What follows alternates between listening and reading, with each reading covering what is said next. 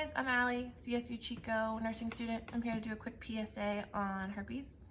Herpes simplex virus is a orally secretion transmitted disease that a large percent of the world's population has. About 13% in 2016 were known to have herpes simplex virus, either 1 or 2.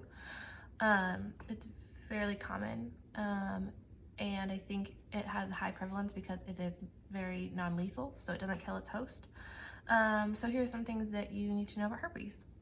Herpes simplex virus 1 is generally thought of as cold sores. Herpes simplex virus 2 is usually thought of as genital sores, and each can be transmitted both ways. A lot of times they are transmitted through sexual contact, but they can also be transmitted in harmless ways, such as sharing chapstick, drinking off the same water bottle, eating off of the same utensils, or like licking an ice cream cone that your friend has. So some signs that you possibly have herpes is blisters around your oral region or around your genitals. The blisters are kind of dry, cracking, open wounds that kind of take a while to get rid of. But after the first exposure, the incidence and amount of exposure does decrease a lot. So how would you know if you had herpes? So after a possible exposure, or you thinking that maybe this is something that you have, going to your doctor and getting a blood test done is the golden rule of diagnosing herpes. But you can also have a wound cultured or swabbed, and that can also tell you if you are positive for herpes. So some of the ways to prevent getting herpes would be practicing safe sex, not having contact with someone when you're having an outbreak, because that is the time when you're at the highest risk to transmit, and just generally being safe with all of your body secretions. Not sharing food or utensils when you have, cold sores, or not giving oral sex when you have cold sores, or using a condom when you're having an outbreak. All are really important in not transmitting herpes. Now, herpes is not, like I said, kind of a lethal disease.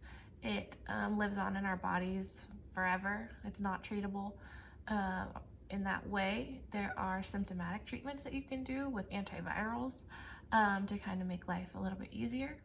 But some of the main risk factors associated with herpes come in the form of HIV and being a childbearing mother. So herpes actually increases your risk of contracting HIV because it creates a portal through open wounds for HIV to enter your system. So that's really scary. And being a mother with herpes can also cause some potential complications when you're trying to deliver. If you have an outbreak, say when you're trying to deliver your baby, a lot of times they'll just transition you to a C-section so that you don't risk infecting the baby and passing it on to them. So those are just kind of some things to keep in mind about herpes. Many people have it. It's not a crazy, huge ordeal, but it is something to be informed about when you are having sex and just being a person. So practice safe sex, use a condom, recognize your outbreaks, know what's going on with your body, and see your doctor about testing and further follow-up. Many people that have herpes live a long, happy life and are, generally healthy. So nothing too crazy to worry about, but just something to be aware of. Okay, thanks guys, bye.